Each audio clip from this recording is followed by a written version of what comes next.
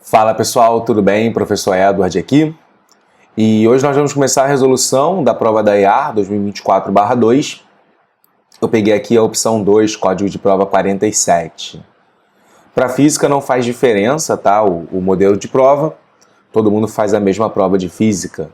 A única diferença do BCT, né, o controle de tráfego aí, é a prova de inglês, que costuma ser mais difícil do que a prova normal, né, que são as outras especialidades. Então, antes da gente começar a resolver aqui loucamente a prova, eu queria fazer alguns breves comentários a respeito dela. Né, eu já fiz a solução toda antes de gravar essa parte do vídeo. E eu queria dizer que eu achei a prova um pouco mais difícil do que ela costuma vir. Normalmente a prova da EAR, ela trata de questões bem diretas. Ó, dado isso, calcule aquilo. Pronto.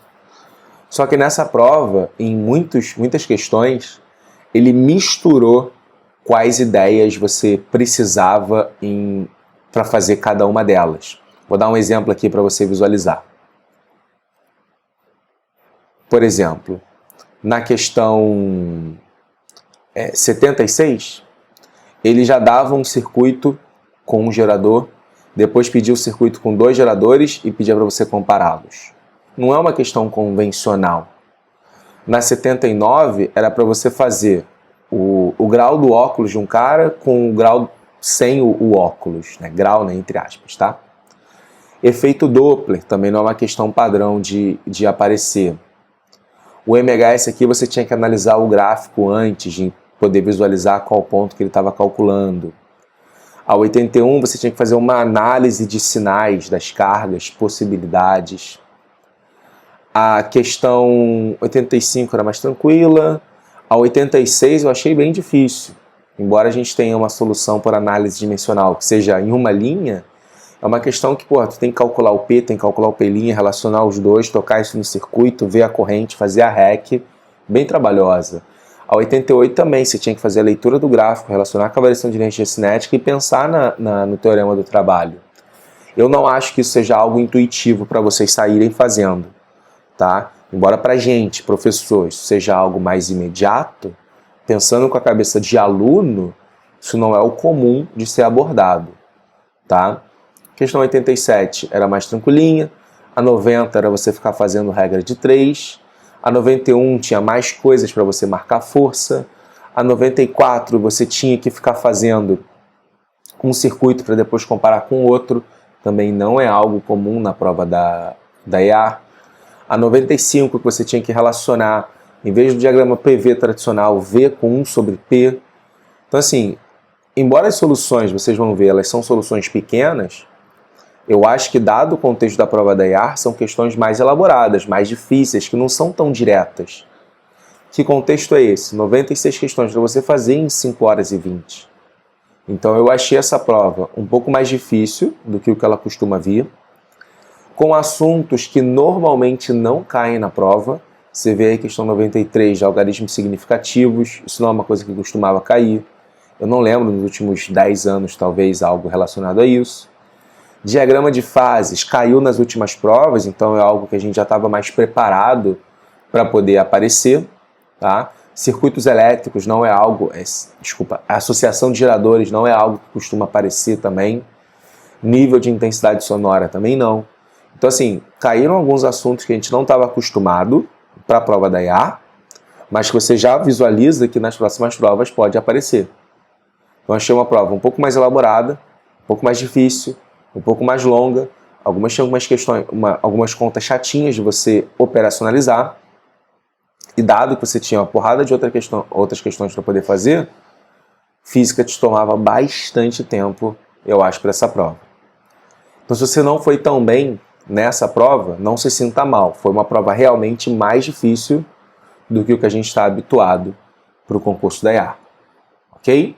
Então, pessoal, vamos parar de enrolar, dar uma olhada agora na resolução da prova aí.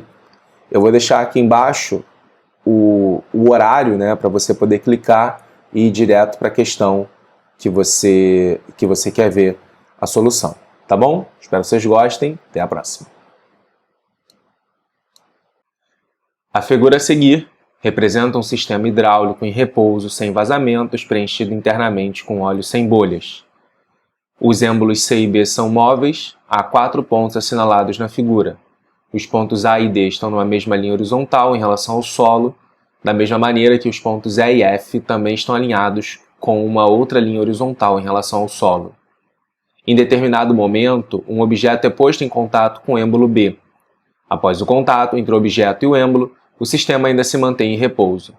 Sendo assim, pode-se afirmar corretamente que a variação de pressão... Então vamos lá. Galera, ele não quer saber se o A é maior que o B, se o B é maior que se o D é maior que o E, ele não quer saber isso. Ele quer saber sobre a variação de pressão que é causada quando você coloca um objeto aqui em cima, né, quando você pressiona o B. Isso é chamado do princípio de Pascal, que afirma que a variação da pressão é a mesma em todos os pontos num líquido incompressível, né? Porque se você pressionar esse cara, ele vai pressionar todos os pontos igualmente com a mesma pressão. Então, todos os pontos experimentam a mesma variação de pressão. Resposta, letra B. Vamos agora à questão 74.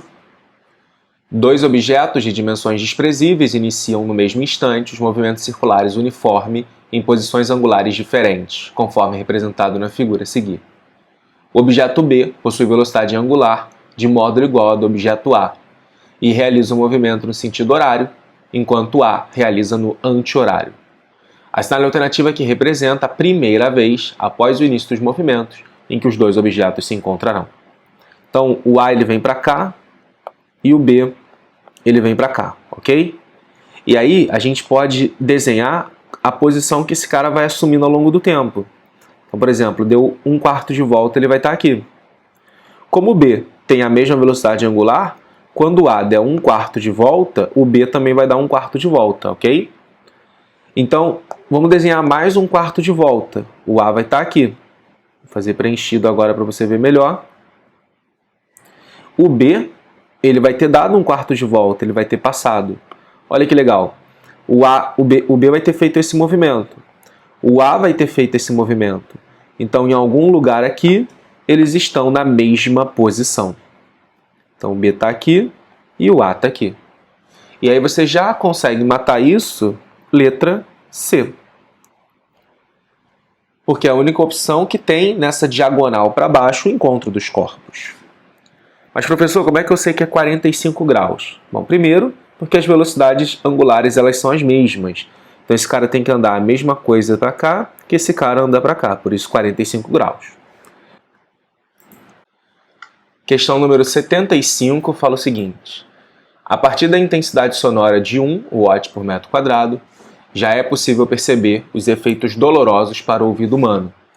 Considerando que o limiar de audição apresenta uma intensidade de 10 a menos 12, determine o nível sonoro em Bell, a partir do qual os efeitos dolorosos podem ser percebidos. Pessoal, questão meio do mal, porque a gente está acostumado a falar em decibel. Aí o nível de intensidade sonora é 10 log de I sobre 0. E esse 10 é exatamente para poder transformar em Bell a nossa dimensão. Em decibel, né, no caso. Se eu quiser trabalhar em Bell, esse deci corta com 10. Então é só log de I, que vale 1, sobre I0, que é 10 elevado a menos 12. Então isso aqui é log de 10 elevado a 12, ok? É só passar esse menos 12 aqui para cima. Troca o sinal do expoente. Log de 10 elevado a 12, passo 12 para frente. Então isso é 12 log de 10, que é igual a 1. Então são 12 Bell de nível de intensidade sonora. E você observa isso na letra B de bola. Repare que se você tivesse colocado 10, aqui teria dado 120, que tem na opção D. Então talvez muitas pessoas tenham confundido isso daí e tenham marcado a opção equivocada.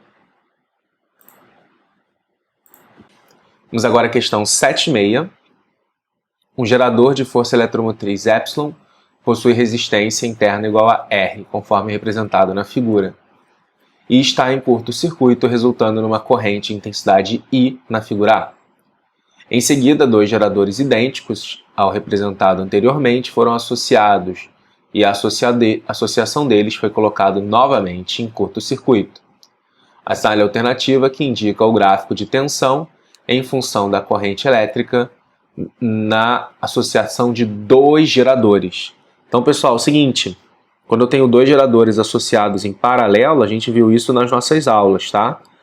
Basta você repetir a DDP e colocar uma resistência que vai ser a REC entre eles. Como são dois iguais, fica R sobre 2. Ou seja, o gráfico que nós vamos procurar, que começa na posição que é a DDP, ele vai começar exatamente no valor epsilon. Então esse cara daqui é epsilon. E a equação de um gerador, né, ela cai linearmente até a corrente de curto-circuito, que é quando você fecha esse cara daqui e só tem a resistência interna funcionando. Então essa corrente de curto-circuito, ela vai ser a DDP dividido pela resistência, ok? Então isso é 2 epsilon sobre R. Mas professor, eu não sei quanto é epsilon sobre R. Claro que sabe. Na primeira situação, a corrente de curto vale epsilon sobre R. Você só tem esse cara funcionando, né? Um gerador e um resistor. Então isso daqui é igual a I. Então isso é 2I, a corrente de curto-circuito. Por isso que nós temos como resposta a letra A. Número 77. Durante uma prova de ciclismo, uma ambulância ficou parada na pista e manteve a sirene ligada, emitindo uma frequência de 1.700 Hz. Um ciclista que se aproxima da ambulância percebe uma frequência aparente de 1.750 e o ciclista B que se afasta percebe uma frequência de 1.650. Admitindo a velocidade do som igual a 340, assinale a alternativa correta. Ele quer saber as velocidades dos ciclistas.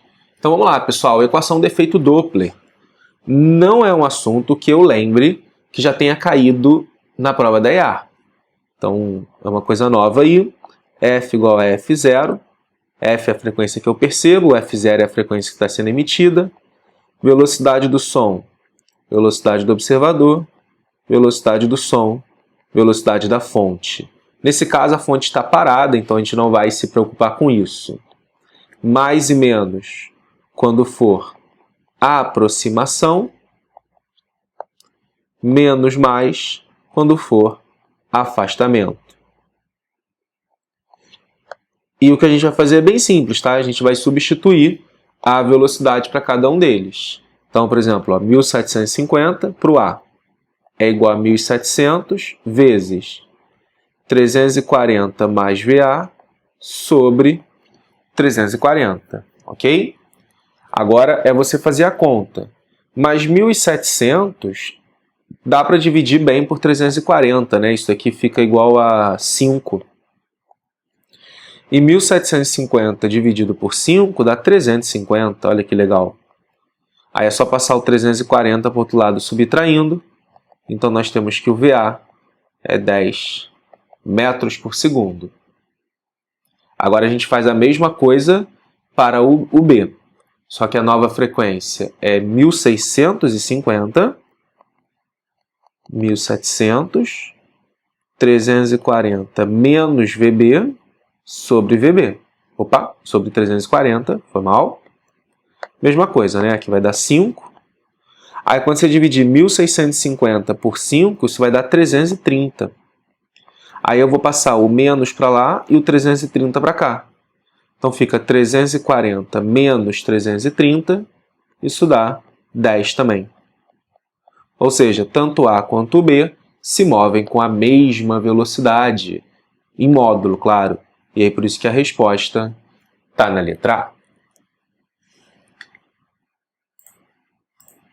Número 78. Num experimento, uma partícula Q, carregada positivamente com massa m e velocidade constante v, penetra perpendicularmente em um campo magnético uniforme de intensidade B e passa a descrever um movimento circular de período t. Outra partícula carregada positivamente e com carga elétrica e massa 3 vezes maior do que a razão Q sobre m da primeira, penetra perpendicularmente o mesmo campo magnético e realiza um movimento circular com período T'. Assinale a relação entre T e T'. Então vamos lá, se você já decorou a fórmula, você pode usar período 2πm sobre QB. Professor, eu não decorei essa fórmula, o que eu faço? A força centrípeta igual a força magnética. Tá? Força centrípeta, m, ômega ao quadrado, ou melhor, pode usar assim, ó, m, v ao quadrado sobre r, força magnética, QVB. Então, quem é o V? Quem é o R? Melhor. Quem é o R? É mv sobre QB. Ok?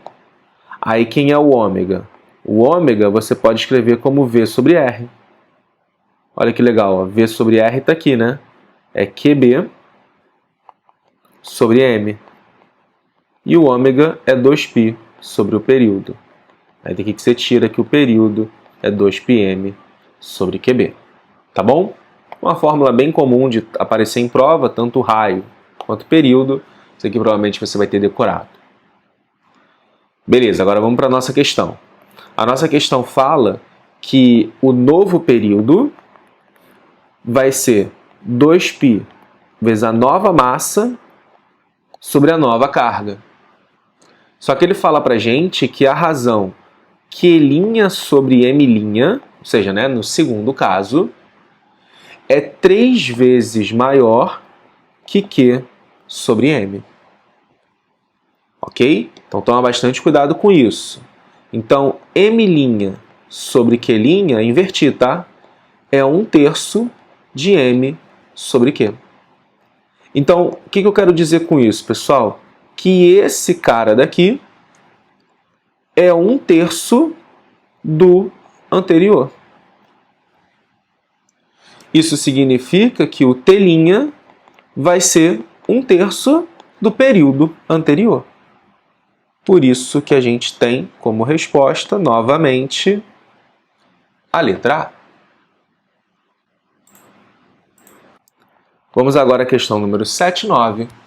Uma pessoa não consegue enxergar nitidamente objetos próximos em virtude do achatamento do globo ocular, só conseguindo ver nitidamente objetos localizados a 1,2 metros do seu globo ocular, ou seja, essa distância corresponde ao seu ponto próximo. Nesse caso, foi indicado uma lente corretiva de 2,5 dI. Determine, com o uso da lente, a que distância a pessoa passará a ver nitidamente os objetos formados em relação ao globo ocular, ou seja, o novo ponto próximo. Pessoal que decorou, o ponto próximo é 25 centímetros, marcou letra C de cara e provavelmente errou. Vamos ver aqui como é que faz essa questão. Vamos desenhar aqui o olho, e esse olho é defeituoso. Então, o cristalino dele vê a 1,2 metros no mínimo. Quando eu falo ver, eu quero falar ver nitidamente, tá? 1,2 metros. E ele vai formar uma imagem na retina aqui, pelinha. Então, a vergência do cristalino, que é 1 sobre F, tá? É 1 sobre 1,2 mais 1 sobre pelinha. Quando nós utilizamos os óculos, o que acontece? Agora, o nosso ponto próximo, que estava aqui, ele vem parar aqui na frente, a uma nova distância que eu vou chamar de x, ok? E aí ele vai formar uma imagem, ainda que assim no pelinha. Está desenhado grande assim, tá? Só para a gente poder enxergar melhor. Mas lembra que essa distância aqui é desprezível. Então, agora eu tenho a vergência da lente mais a vergência do cristalino. 1 sobre P mais 1 sobre pelinha. Você consegue ver o que acontece se nós subtrairmos essas duas? O VC corta, né, e o pelinha corta. Então vai ficar VL igual a 1 sobre x menos 1 sobre 1,2. Então, o que o oftalmologista faz? Mede o x e calcula o VL. No nosso caso, ele disse a esse cara que vale 2,5. Então, ó, 1 sobre x vai ser 2,5 mais 1 sobre 1,2. Né? Agora vamos fazer essa conta que a gente tinha não feito. Isso dá aproximadamente 0,83. Mais 2,5 vai dar 3,33333. Que se você inverter, né, o que é 3,33333? Né? É 10 terços, né? Mais ou menos. Então, se você inverter, vai dar 3 décimos. Ou seja, 0,3 metros ou 30 centímetros. Se você preferir deixar como fração antes, tá? Fica mais fácil até de você fazer essa soma, tá? Mas você pode fazer do jeito que você preferir. E aí, resposta, letra A. Vamos agora à questão 80. O gráfico a seguir representa 4 curvas de intensidade da radiação emitida em função do comprimento de onda, em um mesmo corpo negro com 4 valores diferentes de temperatura. A sinal alternativa que indica corretamente a curva correspondente à maior temperatura. Pessoal, se você assistiu às nossas aulas de Física Moderna para EA, você com certeza viu esse gráfico e com certeza me ouviu falar que quanto mais achatada a curva, maior a temperatura. E esse achatamento, ele leva não só a ter uma maior temperatura, como tem um comprimento de onda do pico menor, ou seja, maior frequência. Isso significa que ela é mais energética, né? Se ela é mais energética, tem maior temperatura. Forma rápida de você lembrar sobre qual é a maior temperatura. Então, o TD é maior que o TC, maior que o TB, maior que o TA. Como ele quer a maior temperatura, letra D. Bem simples, bem direta, só isso que ele queria. Vamos agora à questão 81. A figura a seguir representa corretamente o módulo, a direção e o sentido de um vetor campo elétrico num ponto P, na região do espaço. Essa resultante é consequência dos campos elétricos produzidos por duas cargas pontiformes em módulo iguais e localizadas nos pontos A e B. Propositalmente, as distâncias não foram representadas corretamente e o sinal das cargas foi omitido.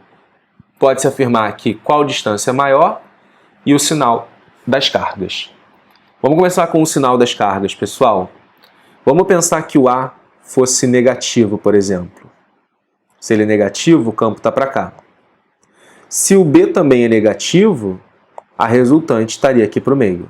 Não pode ser essa opção. Se o B fosse positivo, o campo estaria para cá, a resultante estaria assim. Também não pode ser essa opção. Conclusão, o A é positivo. Ótimo. Então o A gera um campo para cá. Só que se o B também for positivo, o campo resultante vai estar assim. Não pode ser essa opção, concordam? Então o B tem que estar para cá.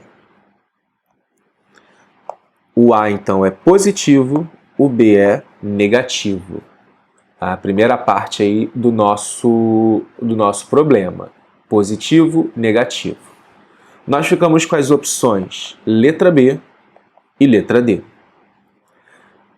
Por uma análise simples, não pode ser a letra D. Que análise simples é essa? Se esses campos fossem iguais em módulo, é claro, esse ângulo aqui, quanto que você acha que seria? 45 graus. Como não é 45 graus, é porque eles têm que estar a distâncias diferentes. Então, só por isso, você já marca B de bola, isso aí. Uma distância diferente da outra. Nem quero saber quem é maior, quem é menor. Tá bom? Mas vamos fazer direitinho? Como que eu sei qual desses campos é o maior? Nós vamos olhar agora para quem tá mais perto, né, a inclinação. Como assim? Ó? Olha essa projeção até aqui, tem esse tamanho. Olha a projeção vermelha, é bem maior, não é? Se a projeção vermelha é bem maior, essa é menor distância. Porque quanto menor a distância, maior é o campo elétrico. Em outras palavras, essa daqui é a maior distância. Porque quanto maior a distância, menor é o campo elétrico. Então, ó, podemos afirmar que a distância AP é maior que a distância BP. O A é positivo e o B é negativo. Por isso que nós temos como resposta B de bola.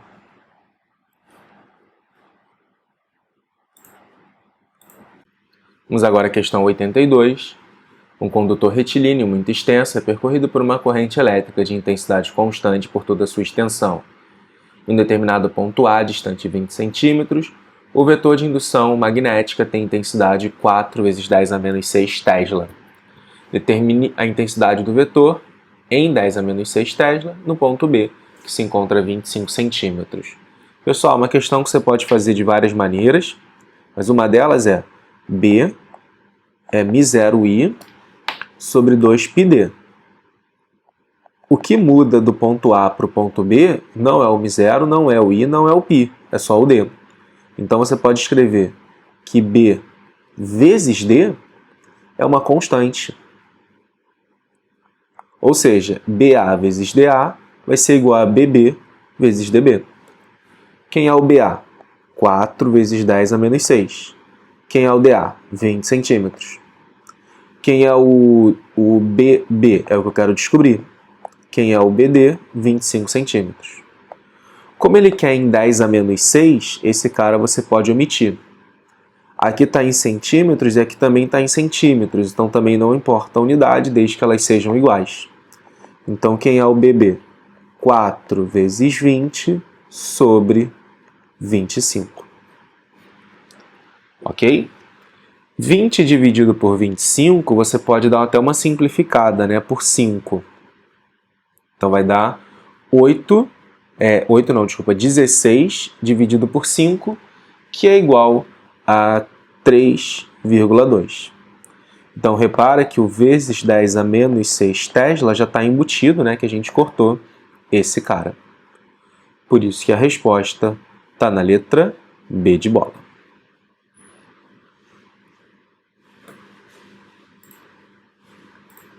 Vamos agora à questão 83. Um corpo está ligado à parede por uma mola, conforme representado na figura A. Realiza um MHS. Na figura B, o gráfico representa a elongação em função do tempo para o movimento da figura A. Qual o módulo da velocidade em metros por segundo do corpo no instante 3? Pessoal, eu só coloquei aqui a figura B, que é a única coisa que importa pra gente, tá? Então, ó, x igual a 1, x igual a 2, x igual a 3. O tempo, no caso, igual a 3 segundos. É nesse tempo que a gente quer a velocidade. Vamos observar que no t igual a 3, o x é igual a 0. Isso significa que a velocidade é máxima. E o que é a velocidade? Ômega vezes a. O a é exatamente esse cara daqui, que é a amplitude do movimento, é até onde ele consegue ir. E o ômega a gente pode calcular como 2π sobre o período. E o período é o tempo para dar uma volta completa, que pelo gráfico você vê que vale 4 segundos. Então, o período é igual a 4. Juntando tudo, como é que é a velocidade máxima? 2π sobre 4 vezes o a, que é igual a 3. Aí que você simplifica, né? Vai dar 2. Então, o v, 3π sobre 2 metros por segundo. Resposta, letra D de dado. Onde que a resposta seria a letra A? Só para você ficar ciente disso. Nos extremos. Nesses extremos, né, quando o x é máximo, então a velocidade é nula, que são os pontos de retorno. Esses pontos em que nós calculamos é a posição de equilíbrio. Ok? Vamos agora à questão 84. Um veículo está se deslocando em uma pista retilínea com velocidade constante, 108 km por hora. Após passar por uma placa num ponto X da estrada, continua com essa velocidade por 10 minutos. E após esse tempo, aciona os freios, produzindo uma desaceleração constante de modo igual a 3 metros por segundo ao quadrado, até o veículo parar completamente no ponto Y da estrada. Quanto tempo um ciclista leva para percorrer a distância XY, mantendo durante todo o trajeto uma velocidade constante de 36 km por hora? Então vamos lá. Primeiro, ele passa pelo ponto X e mantém velocidade constante durante 10 minutos. Vamos calcular qual é a distância que ele percorre. Vamos chamar de X mesmo. Então, X é V vezes T. Aqui nós criamos dois problemas já, né? Porque a velocidade é 108 km por hora e o tempo está em minutos. Então, vamos começar dividindo isso daqui por 3,6. Vai dar 30 metros por segundo. E o tempo, 10 minutos, só multiplicar por 60 para passar para segundos. Então, isso fica 6 vezes 3, 18, com 3 zeros. Agora vamos para o Y. O que está acontecendo no Y? No Y é um move até que a velocidade final seja igual a zero, né? Até que ele pare com uma aceleração de 3 metros por segundo ao quadrado. Como eu quero saber o ΔS, a gente pode usar V0T. Melhor, como eu quero saber o ΔS, a gente pode usar a torricele, é bem melhor, né? V ao quadrado igual a V0 ao quadrado menos 2A ΔS, que eu vou chamar de Y, tá bom? Então a velocidade final é 0. A inicial é 30, né, que é a velocidade que ele tinha antes, menos 2A vezes Y. Então, 6Y igual a 30 vezes 30, né, que é 30 ao quadrado. Né, só dar essa simplificada aqui. Então, isso daqui vai ficar 150, né, metros. Agora, nós vamos somar. O X mais Y vai ser o ΔS do ciclista, que vai dar 18,150 metros, que é o que está na letra D, reparou? Mas não é isso que ele quer, tá? Ele quer saber o tempo. E a velocidade do ciclista é 36 km por hora, que dividido por 3,6 vai dar 10 metros por segundo. Então, quem é o tempo? ΔS sobre V, só cortar um 10, né? Nem vou me preocupar muito com isso. Segundos. Ele quer a resposta em segundos mesmo. Resposta C de casa.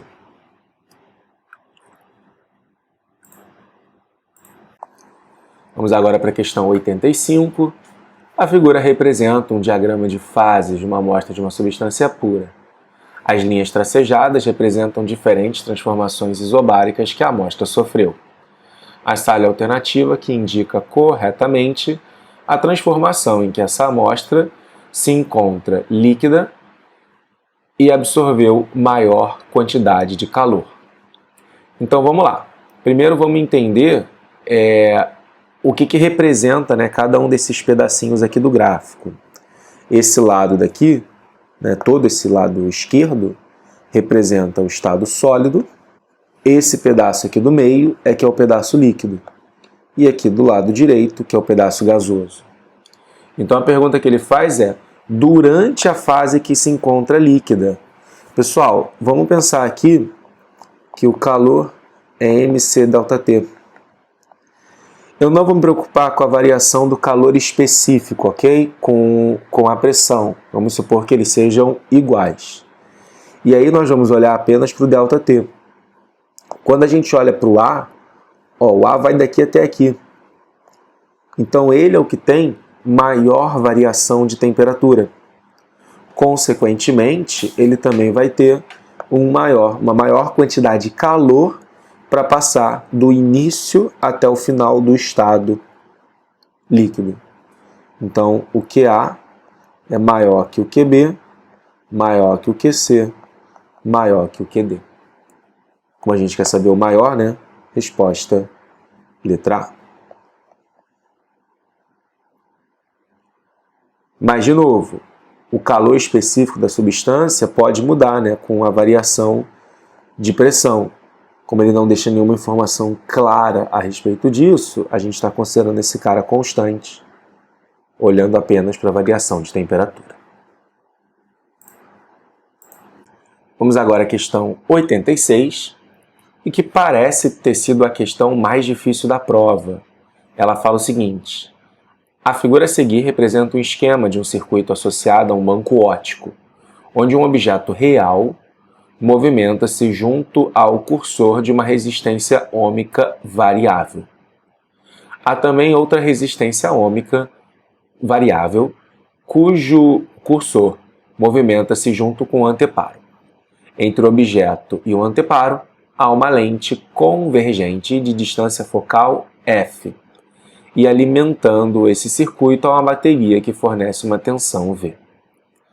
As duas resistências variáveis são feitas de material de resistividade μ e área igual a S.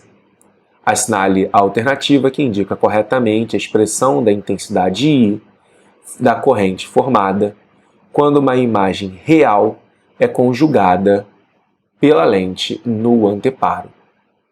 Observação: não há contato elétrico entre o circuito e os elementos do banco óptico. Beleza. Então, pessoal, para a gente visualizar esse circuito, vamos tentar entender como que a corrente elétrica se propaga aqui para a gente poder fazer a equação de Gauss, tá? E o segundo detalhe é essa distância aqui, ó, é o P, e essa distância aqui é o P'. E elas estão relacionadas, tá, pela equação de Gauss, 1 sobre F igual a 1 sobre P mais 1 sobre P'. E uma outra coisa que eu poderia falar para vocês é a seguinte: vamos tentar relacionar as grandezas físicas e ver qual resposta que faz sentido. Por exemplo, ele quer saber a corrente elétrica, não é? O que é corrente elétrica? Corrente elétrica é ddP sobre a resistência. E o que é a resistência? Resistência é ρ L sobre A. Ou seja, não importa como seja a nossa resposta, ela tem que ter uma ddP em cima, vezes uma área, dividido pelo μ, vezes um comprimento. Entende? Essa é a única resposta que dimensionalmente é correta. E você observa que isso só tem na letra A. Então, fazendo por análise dimensional, a gente já mata que a resposta é letra A. Beleza? Agora vamos fazer do jeito mais completo.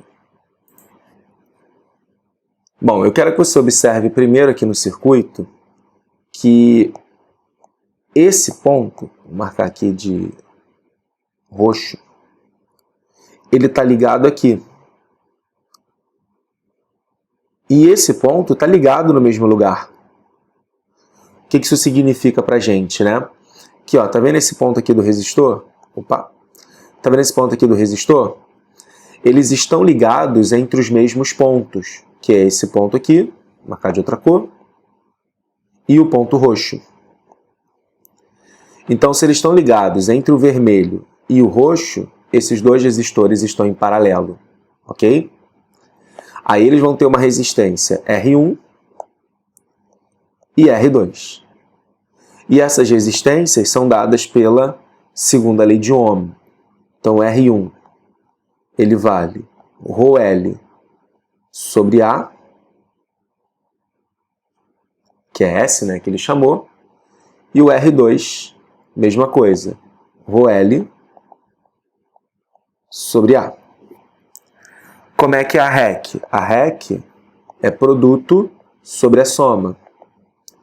Então fica mi P sobre S vezes mi P' sobre S, mi P sobre S, mais mi P' sobre S. Eu vou cortar um mi sobre S em cima, tá? Embaixo tem que cortar os dois porque é uma soma, tá bom? Então isso fica P vezes P' sobre P mais P' que multiplica mi sobre S. Agora que vem a parte legal, olha só. P mais P', ok? P sobre P'. Vou tirar o MMC. Que é exatamente o que está aqui, tá vendo? Só que invertido, né? Então, P vezes P' sobre P mais P' nada mais é do que o F. Então, vou trocar esse cara daqui todo por F. Então, a REC vale Fmi sobre S. Então, quem vai ser a corrente? Vamos lá. A corrente nós já vimos que é V sobre a REC. E a REC, ela vale μF sobre S. Ou seja, a corrente vai dar Vs sobre μF. Repara que nós já sabíamos que tinha que ser algo assim, né? DDP vezes área dividido por μ vezes o comprimento. Por isso que a resposta, de fato, está na letra A. 87. Ao final de uma aula de física sobre gravitação universal e corpos em órbita, o professor lançou os seguintes desafios aos alunos. Determine o período de um movimento de um satélite artificial que irá descrever uma órbita circular em torno do nosso planeta, adotando a altura de órbita como h, o raio da Terra R, a massa m e g a constante da gravitação universal. Assinale a alternativa que representa o quadrado do período. Então, galera, de novo, se você viu a solução da questão 86 agora, nós fizemos a análise dimensional. E eu vou fazer a mesma coisa aqui, a análise dimensional. O que é a análise dimensional, né? Pensa numa fórmula que tem período. Terceira lei de Kepler, por exemplo. T2 sobre R3 é 4π2 sobre Gm. Ah, professor, não sei essa fórmula. Tudo bem, a gente vai fazer de outro jeito já já. Então, quem é o período ao quadrado? 4π2, esse cara foda-se, não vai mudar pra gente nada. R3 sobre Gm, essa é a parte importante. A nossa resposta, então, tem que ter uma distância ao cubo em cima. Ah, professor, é R mais H, é só o H? A gente não tem como saber. O que importa é que ter uma distância ao cubo dividido por Gm. Aí agora você vai procurar qual opção que tem uma distância ao cubo em cima dividido por Gm. É a letra D. Que está R mais H ao cubo sobre Gm. Não pode ser nenhuma outra, porque as outras não tem a dimensão correta. A unidade, então, vai estar errada. Tá? Mas, professor, não sei fazer assim. Calma, aluno, respira. Você está aqui, ó, planeta e o satélite numa órbita de altura h. O que quer dizer uma órbita de altura h? Quer dizer que a distância ao centro do planeta vale R mais H. Chama isso aqui de D. E se ele está em órbita, a força gravitacional é igual à força centrípeta. Força gravitacional, Gmm sobre D ao quadrado. Força centrípeta, M ômega ao quadrado vezes D. Mzinha é a massa do satélite, então ela corta. Ômega é 2π sobre o período. É a mesma forma que a gente fez para deduzir a terceira lei de Kepler, tá? Ou seja, passa esse t ao quadrado aqui para o outro lado. Vai ficar 4π2, D3, passa o Gm dividindo. Só quem é o D? R mais H, né? Que a distância, lembra, sempre até o centro do planeta. E aí, de fato, como você pode ver, resposta na letra D. Então, ó, é a segunda questão nessa prova que você poderia matar só fazendo análise dimensional. que é você olhar para as unidades medidas e ver quais delas que fazem sentido para as respostas. Vamos à questão 88. O gráfico a seguir relaciona a variação da energia cinética de dois objetos de mesma massa, em função do deslocamento realizado. Propositalmente, o valor do deslocamento corresponde à variação de 5 joules. Não foi assinalado no gráfico. Assinale a alternativa que indica corretamente a relação entre os módulos das forças FA e FB aplicadas ao objeto. Ambas as forças são constantes. Então, o que a gente vai observar aqui, pessoal, é que a gente pode usar o teorema do trabalho. O trabalho é igual à variação da energia cinética. E como a variação da energia cinética é linear, quer dizer que o trabalho também vai ser uma função linear da força vezes a distância. Ok? E aí, como ele quer saber o valor da força, a gente vai observar a razão ΔE sobre D. Ele chamou de ΔX, né? Só para ficar a mesma letra aí utilizada. Ok? Então, com isso, nós vamos observar o seguinte, ó. O A, ele numa certa distância, varia 5.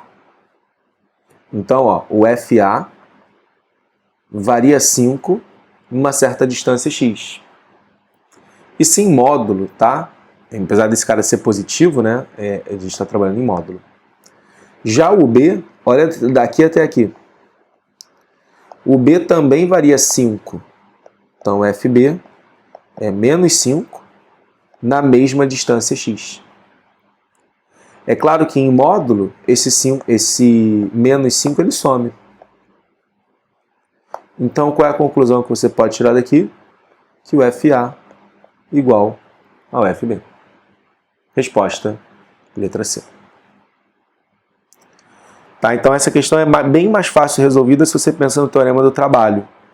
Não adianta você fazer energia cinética, aí calcula mv ao quadrado sobre 2, aí faz o Torricelli, depois faz F igual a MA. É a mesma solução que fazer isso daqui, só que um pouquinho mais rápido. Ok?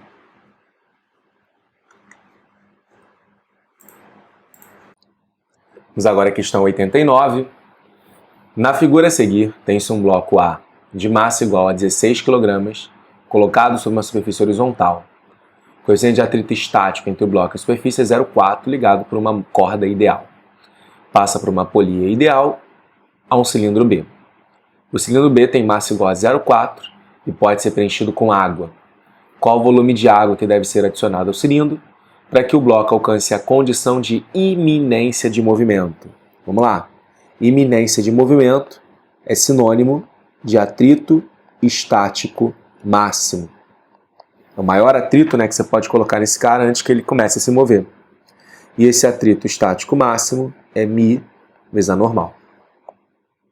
Vamos começar então marcando as forças. Peso de A, peso de B, mais peso da água, que esse cara você vai começar a preencher com água, ok?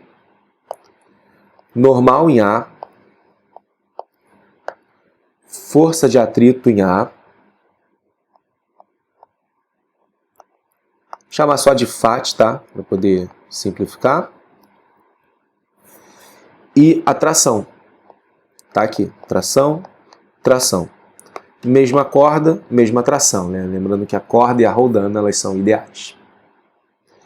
Então, a gente pode escrever agora as leis de Newton. Então, para o corpo A estar em equilíbrio, a soma das forças em x e y tem que dar zero.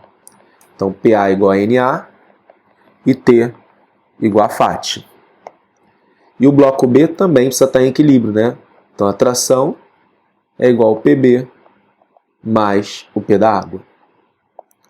Então, o que a gente vai fazer é o seguinte, ó, primeiro eu vou igualar esses dois e depois eu vou substituir essa normal aqui. Então, vai ficar P de B mais P da água, igual a FAT. E a FAT é μ vezes a normal de A, que é igual ao peso de A. Quem é o peso de B? mg, né? 0,4 vezes G. Eu não vou substituir o G, porque vocês vão ver que vai cortar. O peso da água é a massa de água vezes G. μe é 0,4 vezes o peso de A, que é mg. Reparou que o G cortou? Por isso que a gente não colocou, tá? Então, com isso, a gente vai achar o valor da massa de água. Então, olha só. 16 vezes 0,4 vai dar 6,4. Menos 0,4, isso vai dar 6. Então, MA, 6 kg. Como a densidade da água é igual a 1, isso corresponde a 6 litros de água. Por isso que a resposta também está na letra A.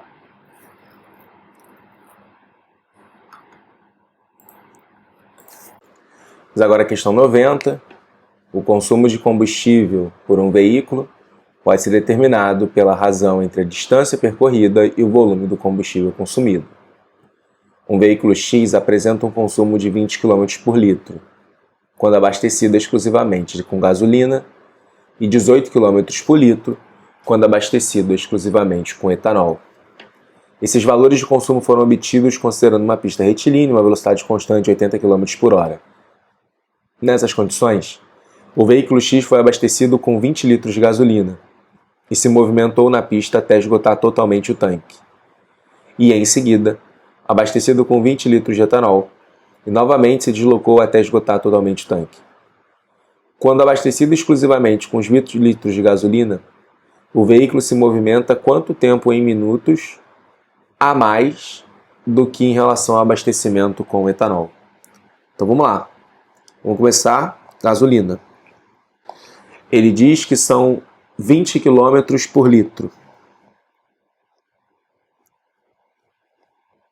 Então, se são 20 litros, a gente calcula aqui ΔS com a gasolina. Uma regra de 3 simples, tá? Então, isso dá 400 km.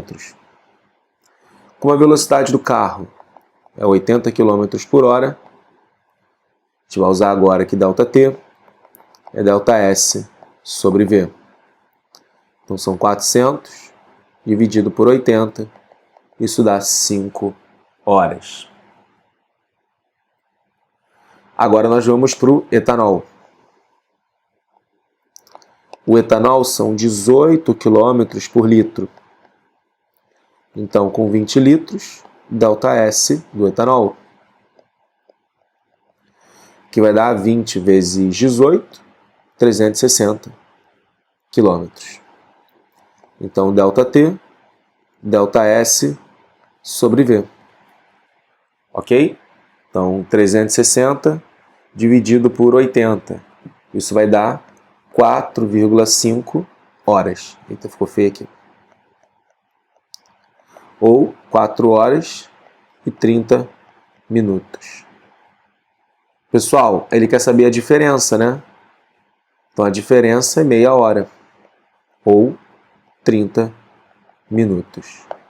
Como as respostas estão em minutos, letra C de casa. Vamos agora à questão 91. A figura representa um sistema de polias e cabos ideais construído em um local onde o módulo da aceleração da gravidade é G. Uma pessoa de massa m em contato com a plataforma mantém um objeto de massa m em equilíbrio estático ao aplicar uma força de módulo igual a F ao cabo C, que se encontra esticado e preso ao teto. Considerando que não haja nenhum momento gerado na plataforma, assinale a alternativa que indica corretamente a expressão para a força F. Então, F é a força que ele faz no cabo, ok?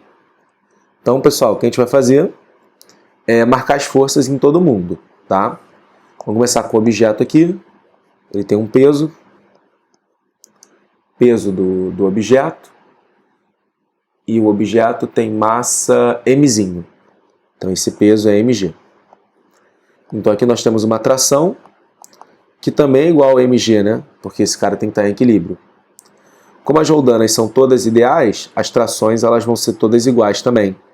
Então aqui, puxa esse cara para cima com uma mesma tração T. E aí na pessoa, vamos lá, nós temos o peso da pessoa, nós temos também uma normal com o chão, e se a pessoa puxa a corda para baixo, a corda puxa a pessoa para cima, força F. Então, como a pessoa tem que estar em equilíbrio, a soma das forças tem que dar zero. Então, N mais F é igual ao peso da pessoa. Então, quem é o N? Mzão G menos F. Só que a plataforma também tem que estar em equilíbrio. Então, na plataforma, a normal, porque para baixo, né? Porque se a plataforma faz força na pessoa para cima, a pessoa faz força na plataforma para baixo. Então, a normal tem que ser igual à tração. Ok? Só que a normal é mg menos F. E quem é a tração é o peso do bloquinho, mzinho G. Então, quem é a força F? Mzão menos mzinho, só passar para cá subtraindo, passa esse cara para lá, né? Vezes G. Resposta D de dado.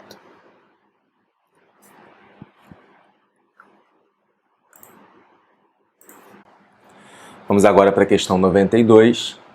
Na figura a seguir, um vetor V com módulo igual a 20 raiz de 3 representa a velocidade constante desde o lançamento da partícula do ponto A até o anteparo em uma trajetória retilínea. Sabendo que a distância entre o ponto de lançamento e o anteparo é de 120 metros, quanto tempo gasto entre o lançamento e o contato com o anteparo? Pessoal, uma questão bem simplesinha, tá? O que a gente vai fazer é calcular o ΔS, que é essa distância daqui. E esse ΔS pode ser calculado em função do cosseno. Porque o que é o cosseno de 60? Cateto adjacente sobre a hipotenusa. E o cosseno de 60, você sabe, vale meio. Então, o ΔS é 240 metros.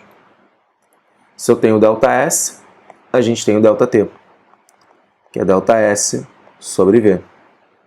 Então, é 240 sobre 20 raiz de 3. Então, ó, aqui vai dar... Opa, sem querer apaguei aqui. 240 dividido por 20 vai dar 12, né? Aí multiplica em cima e embaixo por raiz de 3 para racionalizar, porque ele fez isso. Então, 12 raiz de 3 sobre 3, 4 raiz de 3 segundos. Tinha uma outra forma de você fazer isso, talvez não seja tão intuitiva para vocês, mas você pode projetar a velocidade e olhar para essa velocidade aqui, Vx. Porque com essa velocidade Vx, o corpo percorre 120 metros. Então, Vx é V cosseno de 60, ou seja, 20 raiz de 3 vezes meio. E com essa velocidade ele percorre 120. Então, ΔT é ΔS sobre V. Então, é 12 raiz de 3 sobre 3, 4 raiz de 3 segundos. Isso daqui geralmente a gente faz quando tem aqueles problemas já e travessia de rio, essas coisas. A gente pega só a velocidade na direção de um movimento. Por quê? Porque movimentos perpendiculares entre si são independentes. Então ele percorre os 120 metros independente dele andar para cima. Por isso que essa conta em verde ela ainda é válida. Ela faz todo sentido e você pode realizá-la. De novo, talvez não seja tão intuitivo, mas é uma forma aí de você operacionalizar também. Resposta, né, só para confirmar, D de dado. Vamos agora à questão 93, que é a primeira questão que eu vejo, de fato, de algarismos significativos na prova da EA. Pelo menos nos 7, 8 últimos anos, eu não lembro de nenhuma questão dessa daqui. Então é inovador aí para a prova da IAR. Uma régua milimetrada foi utilizada para medir o comprimento de um objeto conforme a figura a seguir. Os números indicados na régua correspondem a valores em centímetros. O lado A do objeto está perfeitamente alinhado com o traço zero. Considerando o número de algarismos significativos, assinale a alternativa que indica a leitura aceitável em centímetros. Pessoal, algarismos significativos significa todos os algarismos certos mais um duvidoso. Então, por exemplo, quando a gente olha para esse cara, vou dar um zoom aqui para você ver melhor. Quando a gente olha para esse cara, eu tenho certeza que passa desse ponto daqui. Então, eu falar que é 2,1, 2, 3, 4, 5, 6, 7, eu tenho certeza disso. Mas, professor, eu não sei se está no 1, 2, 3, 4, 5, 6, 7, 8. Eu não sei qual é o número que está aqui. É verdade. Eu poderia, por aqui, chutar 3. Mas você quer chutar 4. A prova quer chutar 5. Ok. Esse é o algarismo duvidoso. Então, o 2,7 é o que efetivamente a régua nos permite medir. E o próximo algarismo é aquele que a gente vai estimar a partir mais ou menos ali da nossa visualização. Geralmente é esse erro que a gente atribui os erros de medida.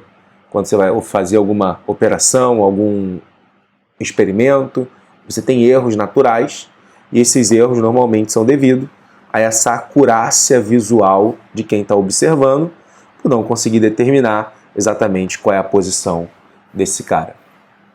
Ah, professor, se fosse uma régua milimetrada, você poderia ter certeza do 5 e o próximo número você iria chutar de qualquer maneira. Então, se fosse uma régua milimetrada, você poderia marcar, por exemplo, a letra A. Mas aí teria que ser milimetrada a régua. Como a régua está em centímetros, você só tem a precisão dos dois primeiros e o outro já é o duvidoso. Por isso que nós temos aí como resposta letra B de bola.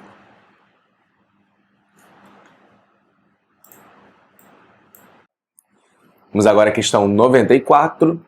Na figura 1, tem-se um circuito elétrico com resistores ôhmicos montado com um amperímetro ideal A, colocado em contato com os pontos X e Y, que indica uma corrente elétrica de intensidade 2 amperes. Além disso, no circuito tem-se uma fonte ideal, que alimenta o circuito com 12 volts, uma resistência R1 e R2 de 6 ohms e uma resistência R3 de 3 ohms. Na figura 2, mostra-se quando o amperímetro é substituído por um resistor R4 com 3 ohms. Nesse último caso, qual o valor da tensão em volts sobre o resistor R4? Então, pessoal, não vai fazer R vezes I, tá? Ah, eu tenho I aqui 2, eu tenho R aqui 3. Só fazer 2 vezes 3, 6. Não. Porque quando você coloca esse resistor aqui, você aumenta a REC do circuito. Então essa corrente não vai mais ser 2, tá bom? Então o que a gente vai fazer? A gente vai olhar primeiro para encontrar o valor do R1. E depois que a gente vai resolver o circuito de baixo. Então ele falou aqui, ó, essa corrente aqui vale 2 amperes. Essa corrente aqui a gente pode encontrar então, chamar de I2. Porque ó, a corrente chega aqui e se divide, não é? E aí esses dois estão entre os mesmos pontos. Então o R2 e o R3 estão em paralelo. Se eles estão em paralelo, o V2 é igual ao V3. Quem é V? R vezes I é igual a R vezes I. Então, I igual a 1 ampere. Se o I igual a 1 ampere, a corrente que vem por aqui é 3. Por que 3? 1 mais 2. E aí a gente pode agora calcular o valor do R1. Por quê? O V2 é igual ao V3, né? Que é R vezes I. Então, isso aqui é 6 volts. Então, com esse cara, você gasta 6 volts. Então, com esse cara daqui, você vai gastar mais 6. Por que mais 6? Porque tudo tem que dar 12. Então, o R1 é o V sobre I. Então, isso dá 2 ohms. Beleza? Para IAR, o normal é ele pedir isso aqui. Mas ele foi e criou um novo circuito. Então, aqui é 2 ohms. E aí ele quer saber a DDP sobre esse resistor. Tá? Vamos lá. Primeiro, esses dois aqui estão em série. Então, nós vamos começar repetindo eles. Aqui. Esses dois estão em série, eu botei eles aqui. Como eles estão em série, é 3 mais 3, né? Que vai dar 6. Agora, nós temos esses dois resistores em paralelo. E aí, se eles estão em paralelo, a REC, produto pela soma. Como eles são iguais, é só dividir por 2. Então, isso vai dar 3. Então, agora, nós temos esse resistor de 2, esse resistor de 3 e a nossa bateria aqui. Finalmente, esses dois estão em série, né? Se eles estão em série, a REC é a soma. Então, qual é a corrente? É a DDP sobre a resistência. Pessoal, como eu quero saber a DDP do resistor de 4, nós temos que achar a DDP desse cara daqui, que é a mesma DDP desse resistor. Por quê? Preste atenção. Esses dois estão em paralelo. Eles têm a mesma DDP, que é a mesma DDP desse cara. Tá? Começa por aí, depois eu completo o resto. Então, V vai ser 2,4 vezes 3. Isso vai dar 7,2 volts. Só para conferir, antes de continuar a conta, quanto é a DDP do cara de 2? 2 vezes 2,4, que vai dar 4,8. 4,8 mais 7,2 dá 12, que é o total. Agora vamos lá. 7,2 é esse resistor aqui, ou esse resistor aqui. Só que esse resistor veio de uma associação em série, tá prestando atenção? Se ele veio de uma associação em série, a DDP é dividida. Então, V3 mais V4 tem que dar 7,2. Como os resistores são iguais, por acaso, então cada um fica com metade. Então, isso dá 3,6 volts. Resposta, letra A. Ufa, né? Professor, tinha um jeito mais simples de fazer isso? Até tinha, pessoal, usando TVNAM. Mas como não é algo que a gente fala para o concurso da IAR, eu vou fazer essa solução aqui um pouquinho mais longa, para você não se complicar com coisas que não são necessárias estudar para o concurso, tá bom? Vamos agora à questão 95. Uma amostra de um gás sofre uma transformação representada no gráfico V e 1 sobre P. Não é PV, tá? É 1 sobre PV. Assinale a alternativa que indica que tipo de transformação é essa. Então vamos lá. Isovolumétrica não pode ser. Porque se isso fosse isovolumétrica, o volume teria que ser constante. Então não pode ser isovolumétrica. Isotérmica, vamos ver. Adiabática, vamos ver. Isobárica também não pode ser.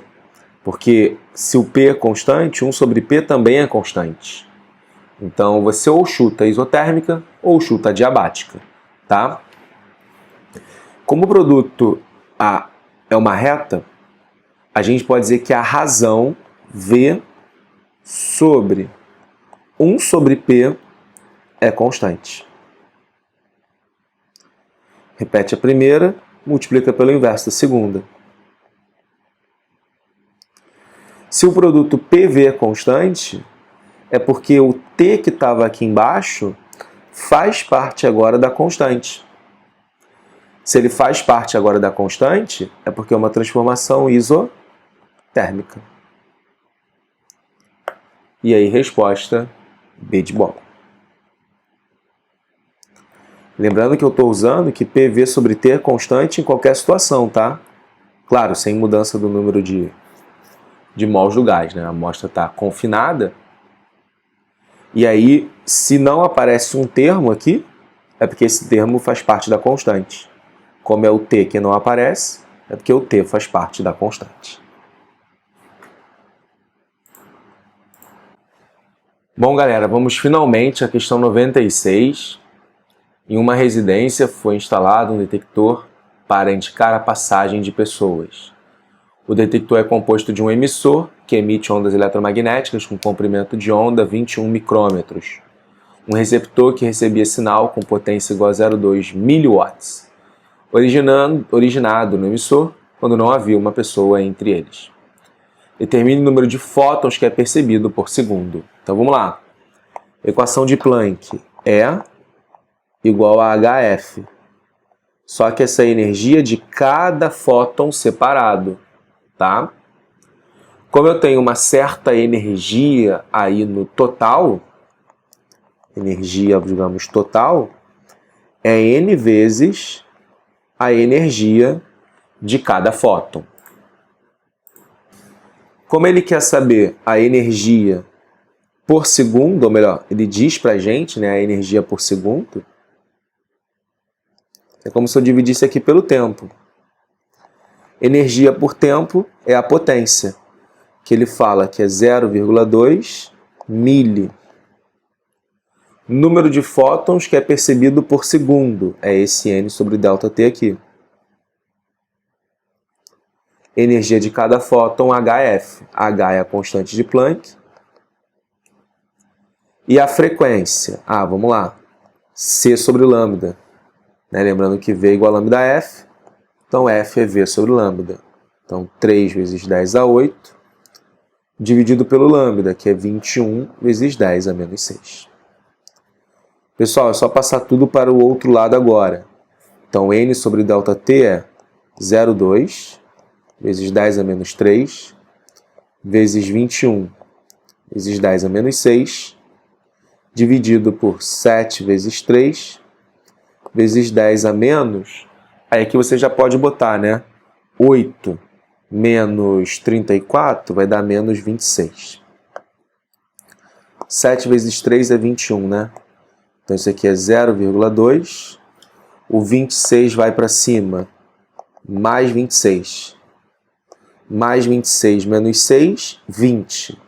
20 menos 3, menos 17. Opa, menos 17 não, né? Mais 17, tô falando maluco. Ou seja, isso é 2 vezes 10 a 16. É bastante fóton, tá? Faz sentido, então, que seja isso, porque cada fóton tem uma energia tão pequenininha, tem que ter bastantes fótons para ter uma energia razoável, tipo essa daqui. Ok? Então, com isso, pessoal, a gente encerra aí a solução da nossa prova da IAR 2024/2. Eu espero que vocês tenham gostado. Até a próxima. Não se esqueça de se inscrever no canal, deixar o seu like se você gostou desse vídeo.